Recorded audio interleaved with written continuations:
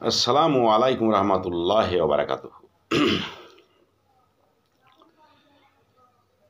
ধর্মান্ধরা যে বিকৃত মস্তিষ্কের হয়, অনুভূতিহীন হয়, তারা সাম্প্রদায়িক হয় এবং হিংসুটে হয়,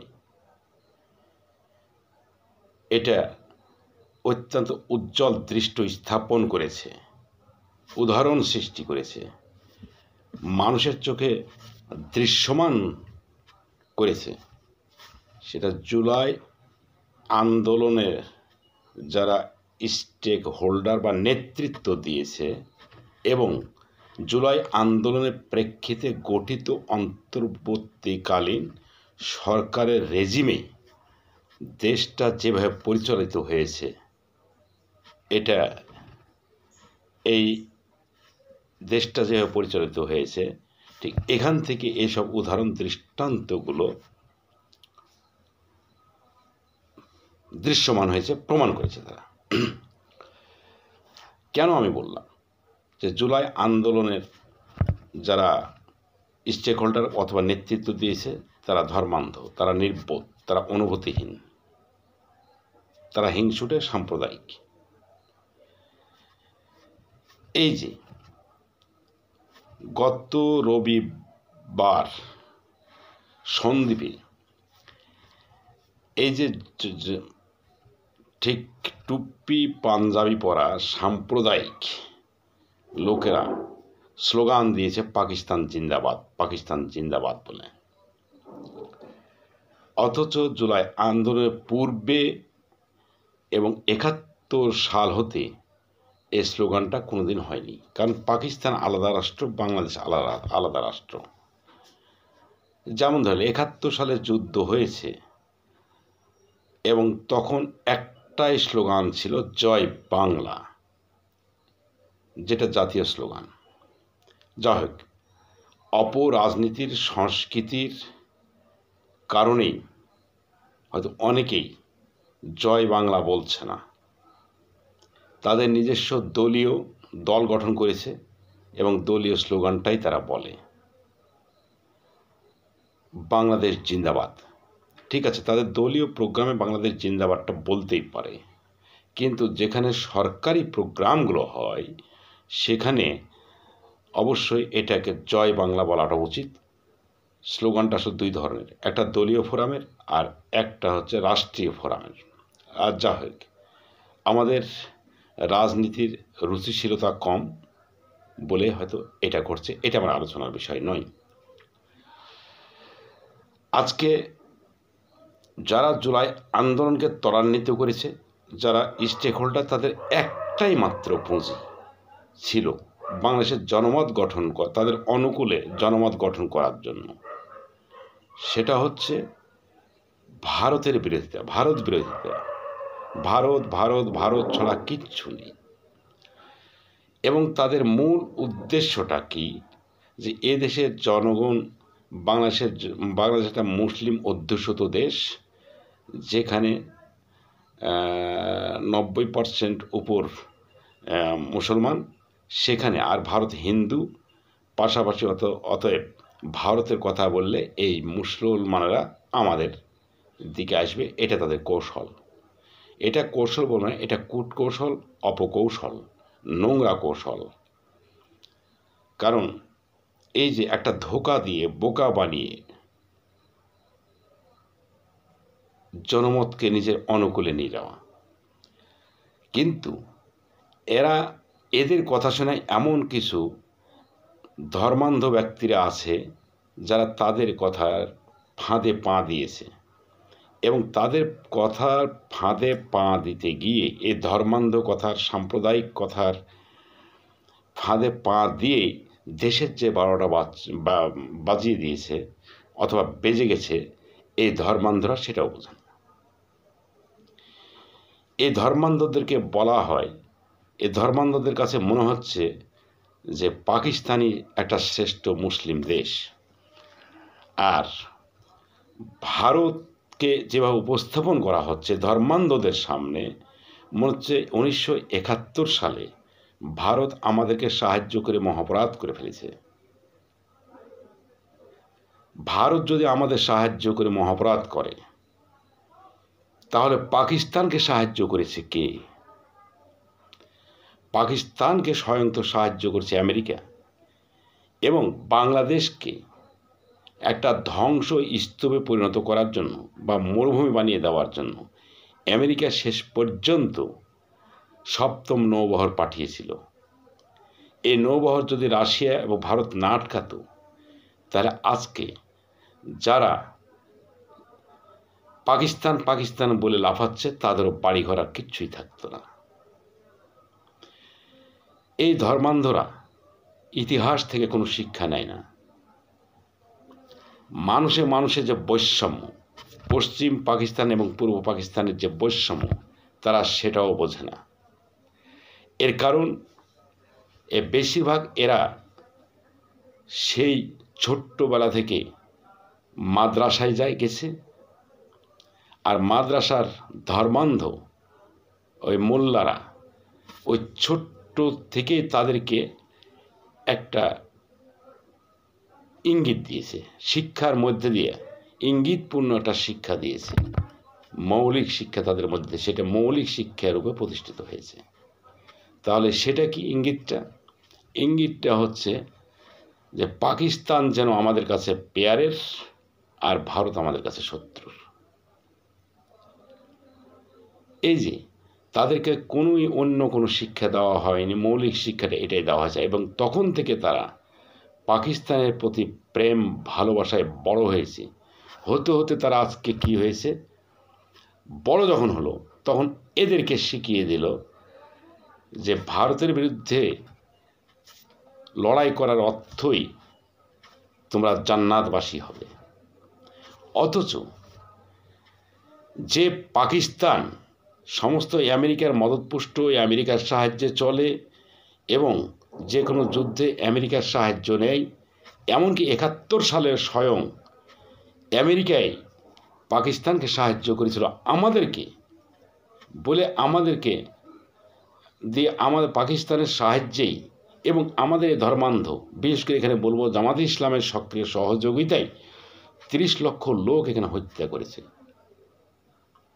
আমাদের কি অন্যায় ছিল? আমাদের দেশটাকে আমরা গড়ব, আমাদের দেশের প্রতি পাকিস্তানের যে বৈষম্য সেটা নিরসন হবে। আমরা তো পাকিস্তানকে দখল করতে যাইনি, তাহলে আমাদের নিজের সম্পদে আমাদের জীবন গড়ব, দেশ গড়ব, এটা কি অন্যায়? এটা কোনো ধর্মীয় ব্যাখ্যায় আছে যেটা অন্যায়? তাহলে অথচ আমাদের এই নিজস্ব সম্পদে নিজের দেশ গড়তে যেন না পারি, এই জন্য পাকিস্তানের অকাতরে এক যুদ্ধ সংগঠিত করে অকাতরে আমাদের 30 লাখ লোককে নিহত করল। এটা বুঝি অন্যায় নয়?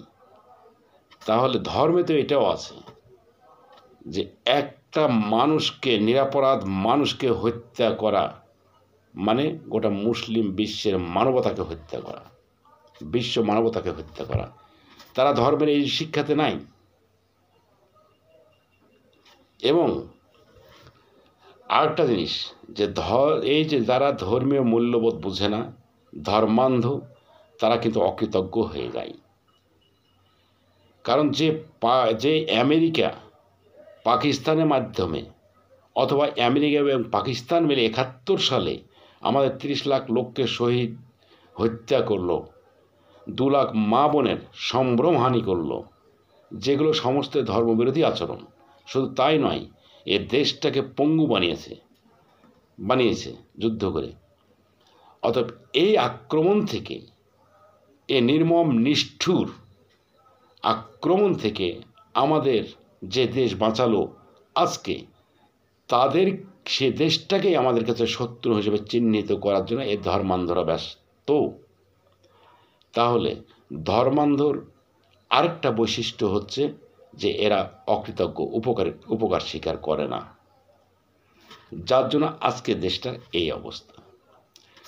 জুলাই আন্দোলন যে হয়েছে সেটাও এই যে যারা ধর্মীয় লেবাসে রাজনীতি করছে, ধর্মের নামে রাজনীতি করছে, যারা জান্নাতের টিকিট নিয়ে বসে আছে, তারা এ সত্যটুকু স্বীকার করে না যে আমরা আমেরিকার টাকাতেই আন্দোলন করেছি, আমেরিকা দুটা কিস্তিতে যে 50 মিলিয়ন মার্কিন ডলার এখানে ইনভেস্ট করেছে এবং সে টাকাতে আন্দোলন করেছি, তাহলে ভারত মুসলমানের কতখানি ক্ষতি করেছে আর আমেরিকা কতখানি ক্ষতি করেছে সে জিনিসটাকে টালিয়ে ঘুরতে এরা জানে না। আজকে ফিলিস্তিনি গাজাতে কে মারছে? নেতানিয়াহু নির্বিচারে যে গণহত্যা চালিয়ে যাচ্ছে, মুসলমানদেরকে হত্যা করে চলে যাচ্ছে অকাতরে, সেটা সমস্ত আমেরিকার অস্ত্র, আমেরিকার টাকায়, আমেরিকার সাহায্যে, আমেরিকার রাজনৈতিক সিদ্ধান্তেই অকাতরে মানুষ হত্যা করছে। আজকে সেই আমেরিকারই বন্ধু হয়েছে আমাদের এখানকার জুলাই আন্দোলনে যারা নেতৃত্ব দিয়েছে তারা। আজকে আমেরিকার সঙ্গে তাদের এত সুখবর, যখন এখানে জুলাই আন্দোলনের পূর্বে যখন আমেরিকার রাষ্ট্রদূত এখানে পিটার হাস ছিল, তখন পিটার হাসের সাথে তাদের কি মিটিং সিটিং তার শেষ নাই, অর্থাৎ সমস্ত পরিকল্পনা আমেরিকার। আজকে জামাত সমর্থিত যে অন্তর্বর্তীকালীন সরকার এখানে বসেছে, সেও তো আমেরিকার একটা দালাল। যে তাই না হতো তিনি জীবনে এক ওয়াক্ত নামাজ পড়ছেন কিনা, জুম্মার নামাজ পড়ছেন কিনা, অথচ তাকে দিয়েছে রাষ্ট্রের দায়িত্ব এই জামাত ইসলাম, এই শিবির, অতএব তার দ্বারা নাকি এখানে ইসলাম প্রতিষ্ঠিত হবে। অথচ তার মেয়ে আমেরিকাতে ওই ইংলিশ গান গেয়ে বেড়াই অত্যন্ত শর্ট পোশাকে, সেটা নিয়ে জামাতে কোনো প্রশ্ন ওঠে না। তাহলে এই জামাত এরা কত বড় ধর্মান্ধ, এরা মানুষ হত্যা করতে দ্বিধাবোধ করে না। আরেকটা জিনিস, যে এদেরকে রক কাটা বললে রেগে যায়, এদের রক কাটার ইতিহাস কি এরা তৈরি করেনি? কেন বলে রক কাটা জামাত শিবির?